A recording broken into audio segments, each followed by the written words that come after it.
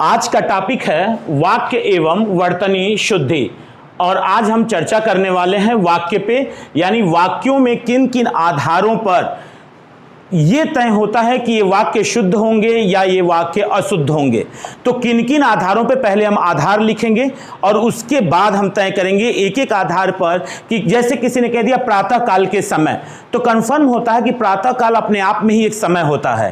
तो कभी कभी क्या होता है कि दोहराव होने लगते हैं और उस दोहराव के आधार पर ही हमें उस वाक्य को गलत छांटना होता है। तो पहला है आपका किन किन आधारों पर संज्ञा संबंधी अशुद्धियां होती हैं। संज्ञा संबंधी अशुद्धियां,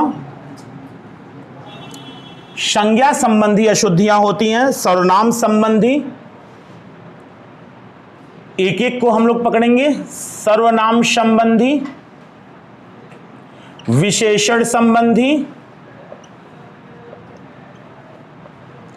विशेषण संबंधी, विशेषण के बाद क्रिया संबंधी अशुद्धियां, क्रिया संबंधी अशुद्धियां, क्रिया संबंधी के बाद कारक संबंधी अशुद्धियां, कारक संबंधी अशुद्धियां, कारक संबंधी के बाद लिंग संबंधी अशुद्धियां, लिंग संबंधी अशुद्धियां, और लिंग संबंधी के बाद वचन संबंधी अशुद्धियां। यानी इतनी अशुद्धियां होती हैं। अगर इन टॉपिकों पे आप क्लियर हैं तो यहां से एक भी प्रश्न आपके जाने वाले नहीं हैं। और हर एग्जामिनेशन में जहां पर भी हिंदी अपने आप को रखेगी सिलेबस में, वहां पर इस तरह के अशुद्धियों पर वो कंफर्म है कि 2 से 3 क्वेश्चन आपके पास जाने वाले हैं। और अगर एक भी प्रश्न आपने गलत किए तो याद रखिएगा कि क्षमा योग्य नहीं होता है, क्योंकि यहां से हमें गलती नहीं करनी है, इतना तो कमिटमेंट आपको करना ही पड़ेगा। तो पहला हम पढ़ने वाले हैं कि संज्ञा संबंधी अशुद्धियां, संज्ञा संबंधी अशुद्धियां, संज्ञा संबंधी अशुद्धियां, संज्ञा संबंधी अशुद्धियां, संज्ञा संबंधी अशुद्धियां। अब संज्ञा संबंधी अशुद्धियां में 2 टर्म होते हैं संज्ञा संबंधी अशुद्धियों के। अगर हम देखें तो संज्ञा पदों का अनावश्यक जो मांग होती है, जबकि नहीं होनी चाहिए फिर भी आ रही है, और साथ ही संज्ञा पदों का अनुपयुक्त प्रयोग होता है। यानी जो मांग कर रहे हैं वो नहीं होनी चाहिए या अनुपयुक्त प्रयोग आप कर दे रहे हैं, तो संज्ञा संबंधी अशुद्धियों में होगी। तो शुद्ध और अशुद्ध वाक्य, जैसे मैं एक वाक्य लिख रहा हूं अशुद्ध वाक्य, ध्यान दीजिएगा। अशुद्ध वाक्य, अशुद्ध वाक्य है आपका कि अशुद्ध वाक्य में है कि भारत गुलामी की दासता से मुक्त हुआ। ध्यान दीजिएगा, भारत गुलामी की दासता से मुक्त हुआ, गुलामी की दासता से मुक्त हुआ, दासता से मुक्त, भारत गुलामी की दासता से मुक्त हुआ। तो कभी कभी क्या होता है कि वाक्य में, कि कभी कभी वाक्य में जरूरी नहीं होता कि संज्ञा के प्रयुक्त या कुछ ऐसे ही कंडीशन आ जाए, कभी कभी होता है कि उसकी वर्तनी भी गलत कर देता है। यानी वाक्य तो सही होता है लेकिन वाक्य में जो उपयुक्त शब्द हैं उनकी वर्तनी क्या है, अशुद्धि में डाल देता है। जैसे दासता यहां देख रहे हैं आप, कंफर्म में दासता गलत है, क्योंकि दासता यहां गलत है, क्योंकि दासता ऐसे लिखी जाएगी, दास होते हैं तो दासता, यानी ये दासता सही है, ये दासता गलत है। और फिर हम देख रहे हैं कि चूंकि संज्ञा संबंधी अशुद्धि है तो इसमें अनुपयुक्त जहां प्रयोग नहीं भी होना चाहिए था वहां पर भी प्रयोग कर दिया है। कैसे? अब गुलामी और दासता एक ही शब्द है, गुलामी और दासता एक ही संज्ञा शब्द हैं, तो आप बताएं क्या इनका दोहराव होगा? नहीं होगा। तो आप ऐसे भी कह सकते थे कि भारत गुलामी, या आप लिख सकते हैं दासता से मुक्त हुआ। अब ये वर्तन वाक्य जो है, अब ये वाक्य शुद्ध हो चुका है, ये वाक्य क्या था? अशुद्ध था। यानी हम ये देख रहे हैं कि कभी कभी दोहराव होता है और इन दोहराव के चक्कर में हम बहुत जल्दी ध्यान नहीं दे पाते हैं और हमारा आता हुआ प्रश्न भी क्या होता है, गलत हो जाता है। दूसरा उदाहरण आप देखिएगा, आप दूसरे उदाहरण पे आइए, लिख रहे हैं ना, नोट करते रहिएगा। दूसरे उदाहरण पर प्रातः काल के समय घूमना चाहिए। प्रातः काल के समय, ध्यान दीजिएगा, प्रातः काल के समय घूमना चाहिए, प्रातः काल के समय घूमना चाहिए। अब प्रातः काल के समय घूमना चाहिए में प्रातः काल जो है एक समय ही, टाइम ही है। तो जब अगर हम प्रातः काल लिख दे रहे हैं तो फिर समय लिखने की जरूरत नहीं है, जबकि आम बोलचाल की भाषा में हम इसी तरह इस्तेमाल करते हैं कि प्रातः काल के समय उठ जाना चाहिए। नहीं, गलत है। यहां पे जब हम प्रातः काल ले रहे हैं तो काल एक समय ही है, तो फिर दोहराव कैसा यहां पे? और ये एक संज्ञा संबंधी अशुद्धि है, यानी हम उसको शुद्ध ऐसे लिख सकते हैं कि प्रातः काल घूमना चाहिए, प्रातः काल घूमना चाहिए। हमें पूरा सा एक बात समझ में आ रही होगी, क्योंकि यहां पर प्रातः काल और समय दोहराव में नहीं आने चाहिए, और यह वाक्य में ये दोहराव में आया हुआ है, अतः ये गलत है। और ये जो वाक्य आप देख रहे हैं यही वाक्य सही है, प्रातः काल घूमना चाहिए, प्रातः काल घूमना चाहिए। अगले प्रश्न पे आते हैं, ध्यान दीजिएगा। अगले प्रश्न की तरफ अगर हम चलें तो हमारा प्रश्न है, महात्मा गांधी के संदेशों से देश सर्वाधिक प्रभावित हुआ। महात्मा गांधी के संदेशों से, महात्मा गांधी के संदेशों से, महात्मा गांधी के संदेशों से देश सर्वाधिक प्रभावित हुआ, सर्वाधिक प्रभावित हुआ, सर्वाधिक प्रभावित हुआ। अब यह प्रश्न आपके पास है कि महात्मा गांधी के संदेशों से देश सर्वाधिक प्रभावित हुआ, तो आप याद रखिएगा कि कहीं ऐसा तो नहीं है कि अनुपयुक्त हम ढंग से प्रस्तुत कर रहे हैं इस चीज को, चूंकि नाउन यानी संदेश, यहां पे ध्यान दीजिएगा, संदेश संज्ञा है, और संज्ञा की कह रहा है कि इसमें अशुद्धि है, क्योंकि संदेशों नहीं होता, संदेश होते हैं। संदेश स्वयं में बहुवचन है, और बहुवचन का कभी बहुवचन नहीं होता। जैसे अगर मैं कह दूं, सुनना मेरी बात ध्यान से आप लोग, कि कृष्ण के अनेकों नाम हैं, कृष्ण के अनेकों नाम हैं, अनेकों, कृष्ण के अनेकों नाम हैं, तो याद रखिएगा, कहने में तो ठीक लग रहा है कि कृष्ण के अनेकों नाम हैं, हाँ अनेकों नाम है, प्रभु अनेकों नाम है प्रभु के, तो अनेकों, अनेक स्वयं में बहुवचन है, अनेक तो स्वयं में क्या है, ये अनेक स्वयं में बहुवचन है। और यहां पे अगर देखें तो वचन संबंधी अशुद्धि आ रही है, यानी अनेकों आ रहा है, यानी कृष्ण के अनेकों नाम हैं और अनेक स्वयं में बहुवचन है, तो बहुवचन का बहुवचन नहीं होता, बहुवचन का बहुवचन नहीं होता। इसलिए यहां पे हम आएंगे जब वचन वाले पे तो आपको क्लियर करेंगे। पहले ये देख लें कि महात्मा गांधी के संदेशों से देश सर्वाधिक प्रभावित हुआ। अगर हम इसे शुद्ध करना चाहते हैं तो हमें कहना होगा कि इस संदेशों की जगह पर हम क्या लिख दें, संदेश लिख दें, यानी महात्मा गांधी के संदेश से देश सर्वाधिक प्रभावित हुआ, संदेश से देश सर्वाधिक प्रभावित हुआ। बात समझ में आ गई? क्यों हमने संदेशों को काट दिया? क्योंकि कभी भी संदेश स्वयं में क्या है, बहुवचन है, और बहुवचन का बहुवचन नहीं होता, हमें उसे संदेश ही रखना पड़ेगा। अनेकों नहीं हो सकता, अनेक स्वयं में क्या है, बहुवचन है, और बहुवचन का बहुवचन नहीं होता। बात समझ में आ गई? बढ़िया। अगले प्रश्न पे चलते हैं हम। अगले प्रश्न पे, अगला प्रश्न है, समाज में अराजकता की समस्या बढ़ रही है। समाज में, ध्यान दीजिएगा, समाज में अराजकता, समाज में अराजकता की समस्या बढ़ रही है, अराजकता की समस्या बढ़ रही है। अब याद रखिएगा बच्चों कि अराजकता स्वयं में क्या है, एक तो अनुपयुक्त प्रयोग करेंगे तो संज्ञा संबंधी अशुद्धि तो आनी ही है।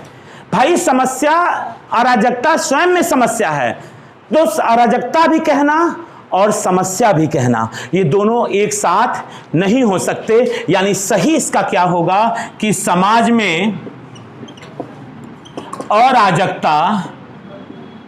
अराजकता बढ़ रही है, बढ़ रही है। समाज में अराजकता बढ़ रही है। ये सही हुआ, और ये जो ऊपर वाला आप देख रहे हैं ये क्या है, गलत है, क्योंकि अराजकता स्वयं में क्या है, एक समस्या है। तो वाक्य को सही करते समय हमें इन बातों पर ध्यान रखना होगा, ध्यान रखना होगा। अगले प्रश्न पे आते हैं, आशा कर रहे हैं नोट कर रहे होंगे। अगले प्रश्न पे आते हैं। अगला प्रश्न है कि मैं सोमवार के दिन व्रत रखता हूं। मैं सोमवार के दिन व्रत रखता हूं। मैं सोमवार के दिन व्रत रखता हूं। तो कंफर्म है सोमवार क्या है, दिन है। तो क्या कभी एक साथ आ सकता है? मुझे लगता है बातें समझ में अब आ रही हैं कि सोमवार के दिन मैं व्रत रखता हूं। पहला चैप्टर आप पढ़ रहे हैं हिंदी का, वाक्य एवं वर्तनी शुद्धि, उसके बाद हम वर्णमाला पे आएंगे, ठीक है? क्योंकि जब हम आए तो कम से कम ये तो रहे कि हम वर्तनी सही लिख सकते हैं, कम से कम हमें पता हो कि अनुग्रहित नहीं होता, अनुगृहीत होता है। हमें सन्यासी लिखना आता हो, हमें उज्जवल लिखना आता हो, हमें हिरण्यकश्यप को पता हो कि हिरण्यकश्यप गलत है, हिरण्यकशिपु होता है। तो कुछ चीजें हमें जागृत यानी उनका अंतर हमें पता हो। सन्यासी हमें पता हो कि सम और न्यासी दो होते हैं, तो म के साथ वो हलंत में अनुस्वार में जाता है, या दो आधा नौ बीच में बैठता है। बहरहाल मैं सोमवार के दिन व्रत रखता हूं। अगर इसे शुद्ध करना हो तो कन्फर्म है मैं सोमवार को व्रत रखता हूं। मैं सोमवार को क्या रखता हूं, व्रत रखता हूं। के दिन यानी सोमवार के दिन गलत है, सोमवार के दिन क्या है, गलत है। अगला लीजिएगा, इस शहर के सभी दर्शनीय स्थान अच्छे हैं। इस शहर के सभी दर्शनीय स्थान, इस शहर के सभी दर्शनीय स्थान अच्छे हैं। दर्शनीय स्थान अच्छे हैं। इस शहर के सभी दर्शनीय स्थान अच्छे हैं। याद रखिएगा कि दर्शनीय स्थान नहीं होता, स्थल होता है। एक बात याद रखिएगा, अनुपयुक्त स्थान पे आ गया है, स्थान नहीं होना चाहिए यहां पे। इस शहर के सभी दर्शनीय स्थल, क्या है ये, स्थल। स्थान कोई पॉइंट होता है, स्थान क्या होता है, पॉइंट होता है। इस स्थान पर रख दीजिए, लेकिन इस स्थल पर नहीं। तो आप याद रखिएगा, इस शहर के सभी दर्शनीय स्थल अच्छे हैं, स्थान नहीं होगा। बना लीजिए इसको बना लीजिए आप। यानी संज्ञा संबंधी अशुद्धियों को आपने देखा कि दोहराव नहीं होने चाहिए, दोहराव नहीं होने चाहिए। हां, अब हम आते हैं अपने दूसरे पे, सर्वनाम संबंधी अशुद्धियां। सर्वनाम संबंधी अशुद्धियां, एक भी प्रश्न बाहर नहीं जाएगा, इसकी गारंटी है। इतना ज्यादा अभ्यास कराएंगे कि एक भी प्रश्न बाहर नहीं जाएगा। सर्वनाम संबंधी अशुद्धियां, सर्वनाम संबंधी अशुद्धियां। बहु याद रखिएगा कि सर्वनाम में उत्तम पुरुष, मध्यम पुरुष और अन्य पुरुष, यानी इस तरीके से पुरुष का एक योग होता है, और इस आधार पर हम इस तरह की अशुद्धियों से निपटते हैं कि वहां पर क्या होना चाहिए। क्लियर, बढ़िया। तो पहला देखिएगा आप, पहला, मैं तेरे को बता दूंगा। मैं तेरे को बता दूंगा, मैं तेरे को बता दूंगा। बढ़िया। अब याद रखिएगा, मैं तेरे को बता दूंगा, और सर्वनाम है, तो सर्वनाम का मतलब क्या होता है, जो संज्ञा के स्थान पर प्रयुक्त होता है। जो संज्ञा के स्थान पर प्रयुक्त होता है उसे हम क्या कहते हैं, सर्वनाम कहते हैं। तो कह रहा है मैं तेरे को बता दूंगा, तो तेरे की जगह पर क्या होना चाहिए, मैं तुझे बता दूंगा, या मैं तुमको बता दूंगा। बोलो हां, तेरे है तो मैंने तुझे कर दिया। बढ़िया, तो मैं तुझे बता दूंगा। क्लियर हो इतनी बातें? बढ़िया। अगला देखिएगा, पिताजी ने मुझसे कहा। सही है, पिताजी ने मुझसे कहा। अब ये आपसे पूछ रहा है कि क्या ये वाक्य शुद्ध है या ये वाक्य अशुद्ध है। पिताजी ने मुझसे कहा, पूछ रहा है कि क्या ये वाक्य शुद्ध है या ये वाक्य अशुद्ध है। कितने लोग हैं जो कहना चाहते हैं कि ये वाक्य शुद्ध है? शुद्ध भी हो सकता है।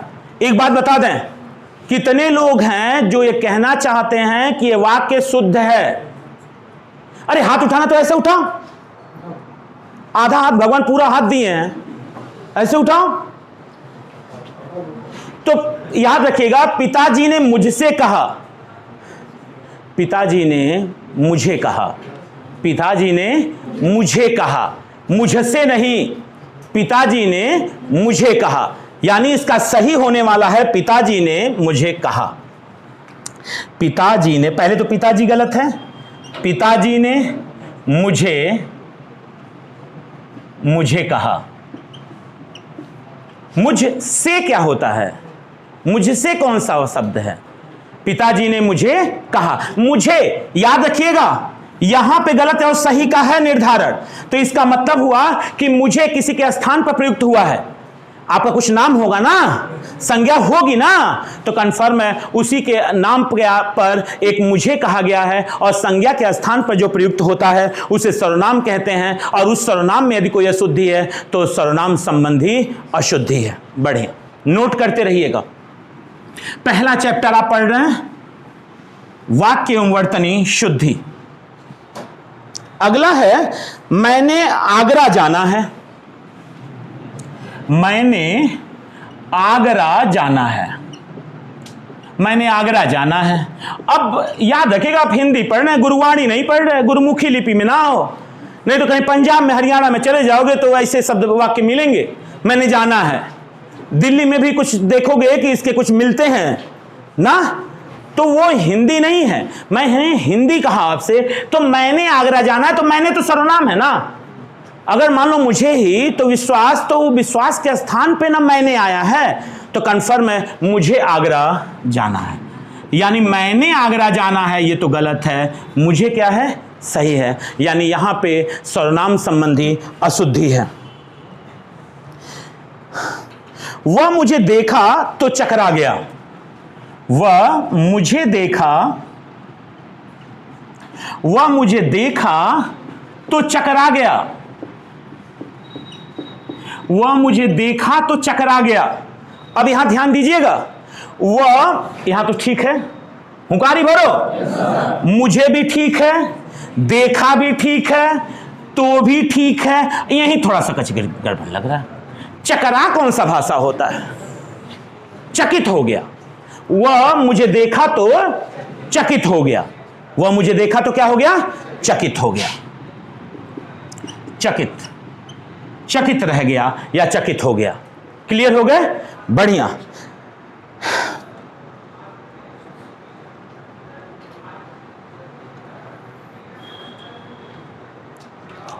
जो सोता है, जो सोता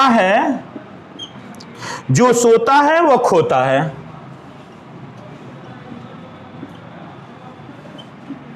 जो सोता है वह खोता है। क्लियर हो गए? अब आपसे सुनना मेरी बात, बाबू वह क्या है? सर्वनाम है।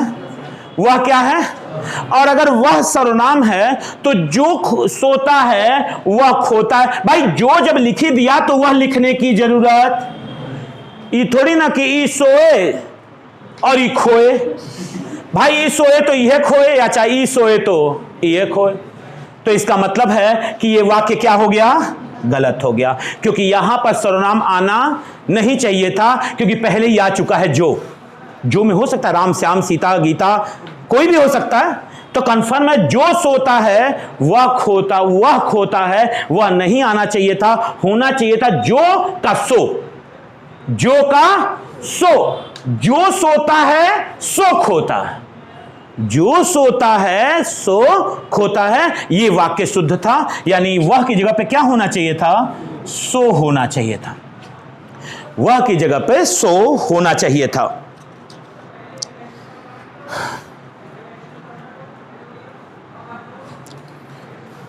अब तीसरे पे आइएगा। संज्ञा संबंधी उदाहरण देखा, सर्वनाम संबंधी उदाहरण देखा। विशेषण संबंधी, विशेषण संबंधी अशुद्धियां। याद रखिएगा जो विशेषण होता है, ध्यान दीजिएगा बच्चों, जो निधि माई, पहले तो खा के ना आया करो ना, खाओगे तो पूरा का पूरा ब्लड कहां जाएगा, पाचन के में चला जाएगा, यानी पूरा शरीर का तंत्र भोजन को पचाने में लग जाएगा और मस्तिष्क तक ब्लड का सर्कुलेट नहीं होगा। और आप जानते हो कि रक्त ही बाबू क्या करते हैं, ऑक्सीजन को कोशिकाओं तक पहुंचाते हैं। तो अगर भूखे आओगे तो सब के सब कहां जाएंगे, मस्तिष्क तक जाएंगे। बढ़िया, अब सुनना मेरी बात विशेषण को। अब जो ये विशेषण आप देख रहे हैं, ये संज्ञा या सर्वनाम की विशेषता बतलाते हैं और लिंग और वचन के आधार पर बताते हैं, लिंग और वचन के आधार पर बताते हैं। तो कुछ उदाहरण इसके भी देखते हैं हम, ध्यान दीजिएगा। बाकी तो हमें पढ़ना ही है, संज्ञा सर्वनाम क्रिया विशेषण से लेके सभी चीजें पढ़नी है, अव्यय तक पढ़ना है, निपात भी पढ़ना है।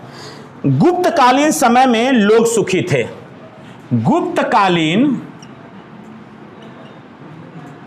गुप्तकालीन समय में लोग,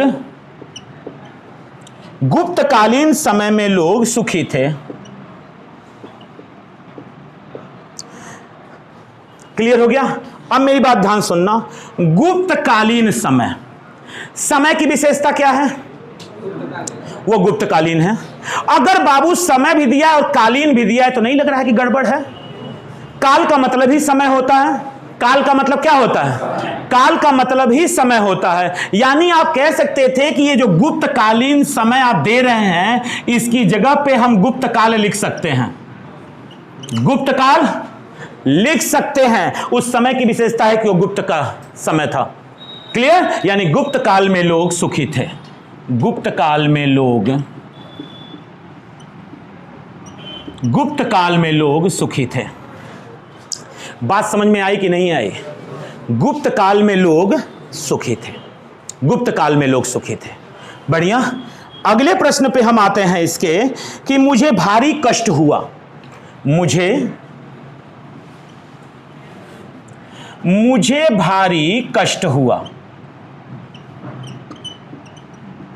मुझे भारी कष्ट हुआ। बढ़िया।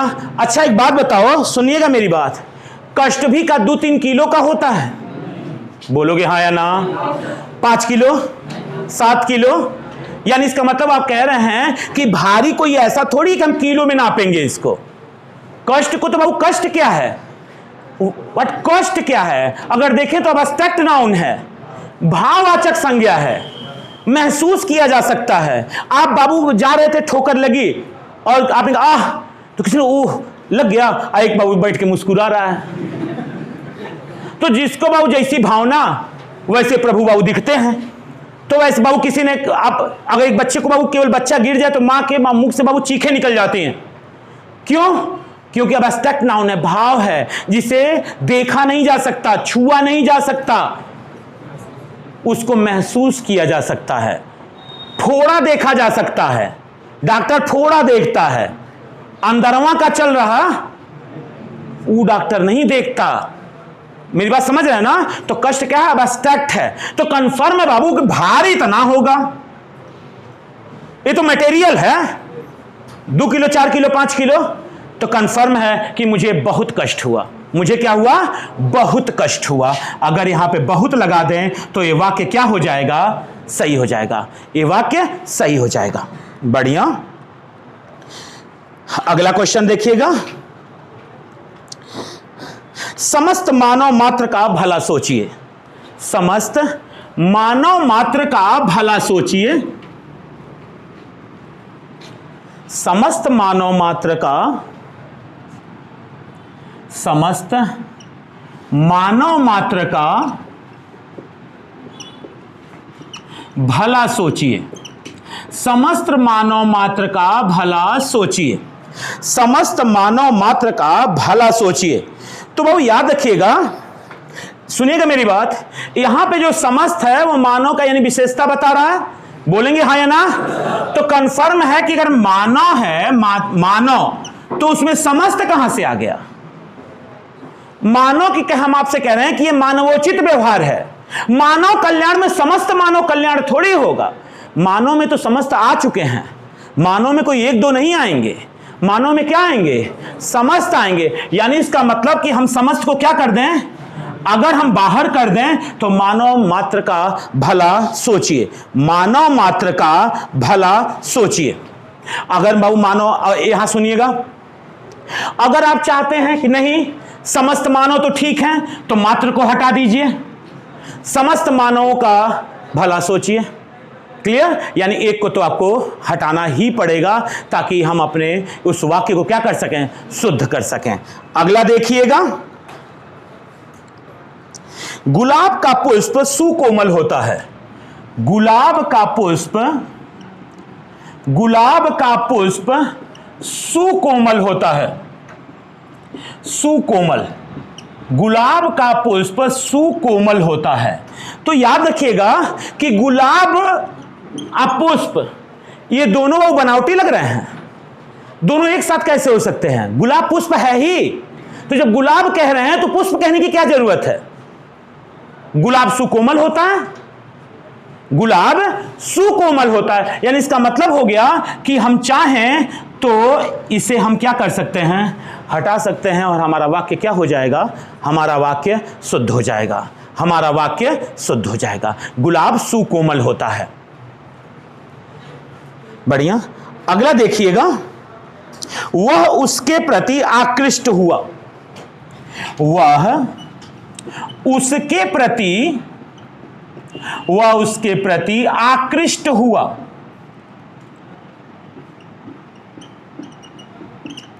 वह उसके प्रति आकृष्ट हुआ। अब आप बताएं कितने लोग ऐसे हैं जो इस वाक्य को शुद्ध मान रहे हैं? हाथ ऊपर करें। कहते जब आप सभ्य अशुद्ध बता रहे हैं तो आप फिर उसको हम शुद्ध माने।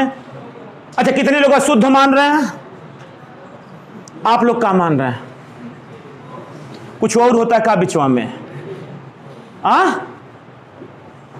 या तो शुद्ध होगा या तो अशुद्ध होगा, दो ही चीज हो सकते हैं। आपने कहा शुद्ध नहीं है तो अशुद्ध है, अगर अशुद्ध है तो क्या अशुद्ध है? खड़े हो जा।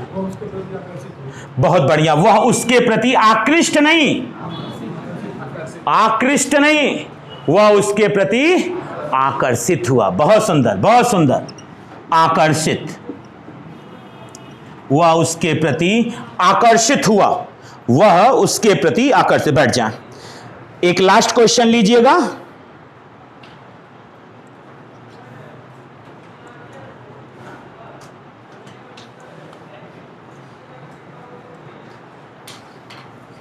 वह बड़े अच्छे व्यक्ति हैं। वह लीजिएगा, वह बड़े अच्छे व्यक्ति हैं।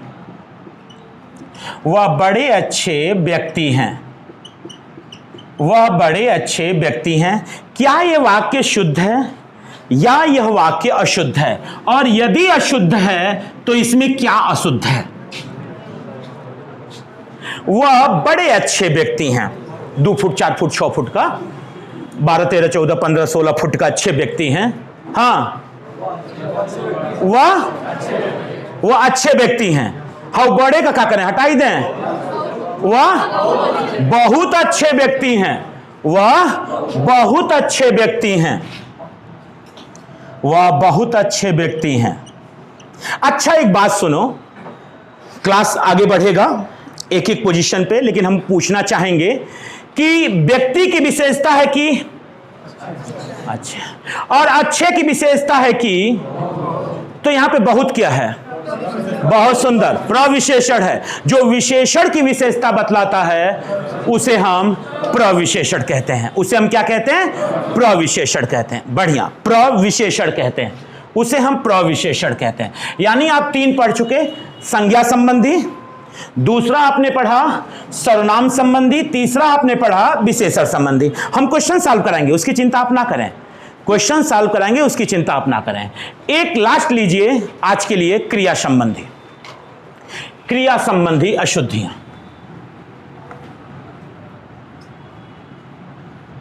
क्रिया संबंधी अशुद्धियां।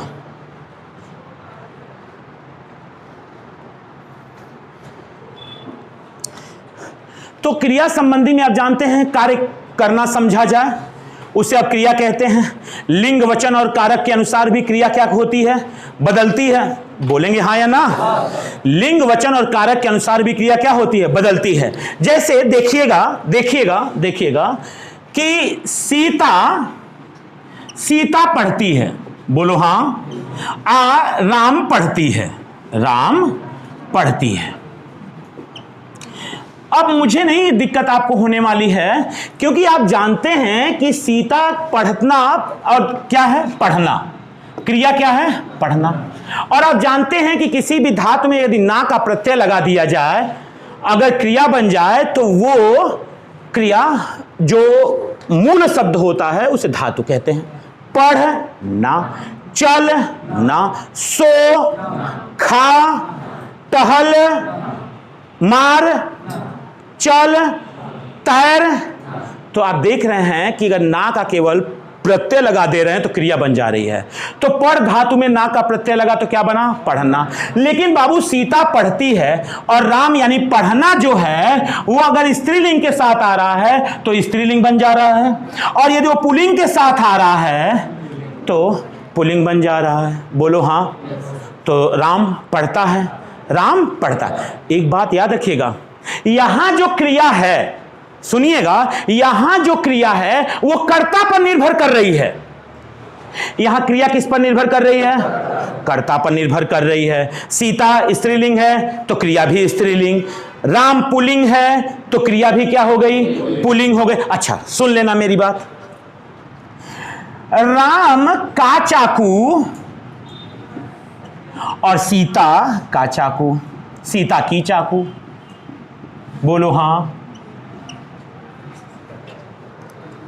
अब राम का चाकू तो होना चाहिए था सीता की, लेकिन यहां पर हम देख रहे हैं सीता का यानी चाकू का लिंग यहां पे तय कर रहा है, ना कि राम और सीता का। यानी ऑब्जेक्ट पे जा रहा है, यानी कर्म पे जा रहा है। क्रिया कर्म के सहारे दौड़ रही है। यानी चाहे वो राम का चाकू हो चाहे सीता का चाकू हो, चाकू के पहले तो का लगेगा, क्योंकि चाकू पुल्लिंग है। चाकू का है, ये ना सोच लेना कि राम का, जब राम का है तो वो की का हो गया, और जब सीता का हो गया तो वो की हो गया, क्योंकि राम पुल्लिंग है और सीता स्त्रीलिंग। गड़बड़ा जाओगे ना। अब देखना, जैसे राम की पुस्तक और सीता की, अच्छा दोनों सही है कि नहीं सही है? सबसे पूछ रहे हैं। सही है। होना चाहिए था राम का पुस्तक और सीता की, होना चाहिए था। राम पुल्लिंग है और सीता, लेकिन फिर भी हमने देखा कि राम और सीता से कोई लेना देना नहीं। पुस्तक स्वयं में स्त्रीलिंग है, पुस्तक पढ़ी जाती है। पुस्तक पढ़ा जाता नहीं है। चाकू काटता है, चाकू काटती नहीं है। पक्का? तो यहां पे का इसलिए लगा क्योंकि चाकू क्या था? बोल जोर से। और यहां पे की इसलिए लगा क्योंकि पुस्तक। तो बात समझ में आई? क्लियर है? बढ़िया। तो कुछ क्वेश्चन देख लेते हैं इसके, बाकी हम केवल अशुद्धियों पे अभी हैं। अभी हम कर्ता और क्रिया और विशेषण पे नहीं पहुंचे हैं। युग की मांग का यह बीड़ा कौन चबाता है? युग की मांग का बीड़ा कौन चबाता है? कौन चबाता है? युग की मांग का यह बीड़ा कौन चबाता है? यह बीड़ा कौन चबाता है? अच्छा एक बात बताओ, हे क्रिया कहां बैठी है? चबाना। क्रिया क्या है? यानी इसका मतलब यहीं कहीं गड़बड़ी है। बीड़ा पान का है, चबा लेंगे। बोलो हां। ये किसकी बीड़ा है? युग की मांग का यह बीड़ा कौन उठाता है? कौन उठाता है, ना कि चबाना। बीड़ा पान का भी होता है। आप बाबू इसे तत्व में बीड़ा कहते हैं, दुई बीड़ा पान, वो बीड़ा है। यहां चबाना नहीं है, यहां का है उठाना है तो कौन उठाता है, ये सही है। कौन उठाता है, ये सही है, ये सही है। बात समझ में आ रही है? खबर सुनकर मैं विस्मय हो गया। खबर सुनकर मैं विस्मय हो गया। खबर सुनकर मैं विस्मय हो गया। खबर सुनकर मैं विस्मय हो गया। वाक्य शुद्ध है या अशुद्ध है? कदो अभी तक के आपके क्लास के अनुसार तो आप अशुद्ध लिख रहे हैं, चलो माना अशुद्ध है। अब कौन बताएगा क्या अशुद्ध है? आप खड़े हो जाए, खड़े हो जा। क्या अशुद्ध है? अशुद्ध क्या है? खबर सुनकर मैं विस्मय हो गया, यह वाक्य शुद्ध है कि अशुद्ध है? अशुद्ध है। क्या अशुद्ध है? क्रिया विस्मय हो जाना। तो विस्मय नहीं होता, विस्मित होता है। क्रिया क्या होती है? विस्मित होती है। खबर सुनकर मैं विस्मित हो गया। खबर सुनकर मैं विस्मित हो गया। खबर सुनकर मैं विस्मित हो गया।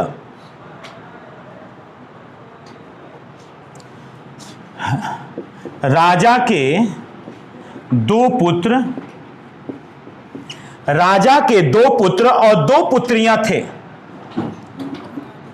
अब मैं धोखा दे सकता हूं क्योंकि शुद्ध भी लिख सकता हूं। दो पुत्रियां थे। राजा के दो पुत्र और दो पुत्रियां थे। अब ये वाक्य शुद्ध है या ये वाक्य अशुद्ध है? क्या कह रहे हैं? शुद्ध क्या होगा? पुत्रियां गलत है। बहुत सुंदर। कैसे लिखे हम? ऐसे लिखे? ऐसा नो।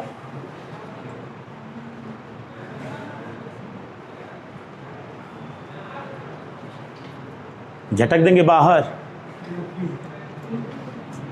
एक बात और याद रखना बाबू, अगर लंबा शब्द है तो हमें देखना होगा कि जिसके बारे में बात हो रही है उसका लिंग क्या है। बात हो रही है पुत्र और पुत्रियां की, बोलो हां। अब बाबू पुत्र तो होता है मेल और पुत्रियां हैं फीमेल। अब देखना होता है कि जो वाक्य दिया हुआ उसके अंत में जो है संज्ञा, उसका लिंग क्या है। यानी अंत में क्या है? पुत्रियां। पुत्रियां का लिंग क्या है? स्त्रीलिंग। था, थे, थी। कंफर्म है कि जो अंतिम होता है उसी के अनुसार बाबू क्रिया चलती है। यानी राजा के दो पुत्र और दो पुत्रियां थी।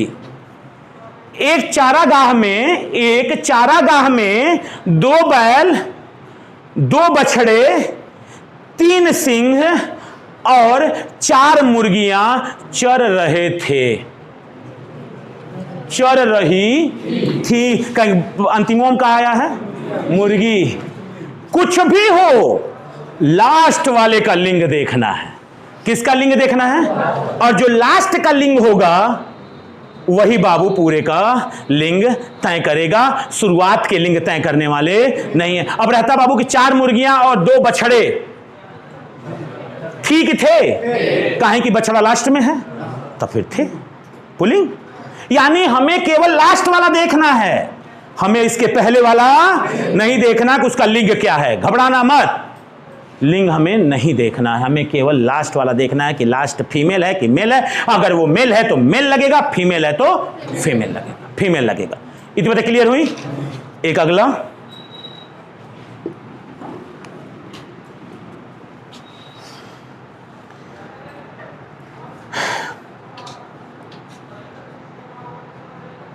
यहां अशोभनीय वातावरण उपस्थित है। यहां अशोभनीय वातावरण उपस्थित है। यहां अशोभनीय वातावरण उपस्थित है। क्लियर? बोलो हां, निकाल मुंह में से पहले उंगली। यहां अशोभनीय वातावरण उपस्थित है। भाई अशोभनीय वातावरण में क्या कुछ दिक्कत है? अशोभनीय वातावरण अलग अलग करें। अरे अशोभनीय वातावरण, अगर वातावरण का मतलब ही होता है कि उस समय है, यहां इस समय पढ़ने का वातावरण है ना, तो कंफर्म है वो करंट है, उसमें उपस्थित कहने की क्या जरूरत है। यहां अशोभनीय वातावरण है, उपस्थित का है तो है, इसका मतलब हुआ कि उपस्थित को हम क्या कर दें, हटा दें, तो हमारा वाक्य क्या हो जाएगा, शुद्ध। इसी तरीके से हमें तर्क करना होगा एग्जामिनेशन हाल में कि क्या कुछ ऐसे भी शब्द आए हैं जिनको हटाने से काम चल सकता है, या दोहराव की मुद्रा में आए हैं जिनको नहीं रहना चाहिए था, जिनको नहीं रहना चाहिए था।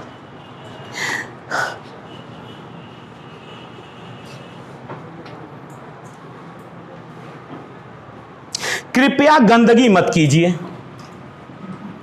कृपया गंदगी मत कीजिए।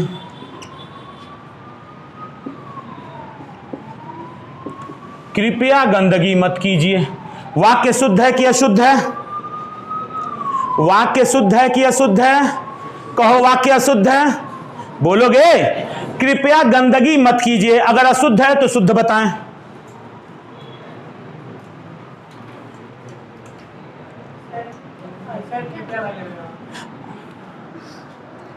अरे कहीं जाओगे, कोनो पिक्चर उच्चर देखने जाओगे, लिखा रहता है कृपया गंदगी मत कीजिए, कृपया बाथरूम ना कीजिए, यहाँ पे सड़क पे लिखा तो कृपया, आखिर कृपया ना कहे, ऐसे थोड़ी कहा जाएगा कि गोली बंदूक देखा कहा जाएगा।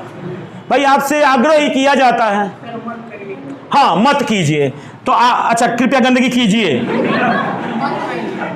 तो मत तो है ही, कृपया गंदगी न कीजिए, न कीजिए। मत और न में हम अंतर स्पष्ट करेंगे, आपको घबराए नहीं।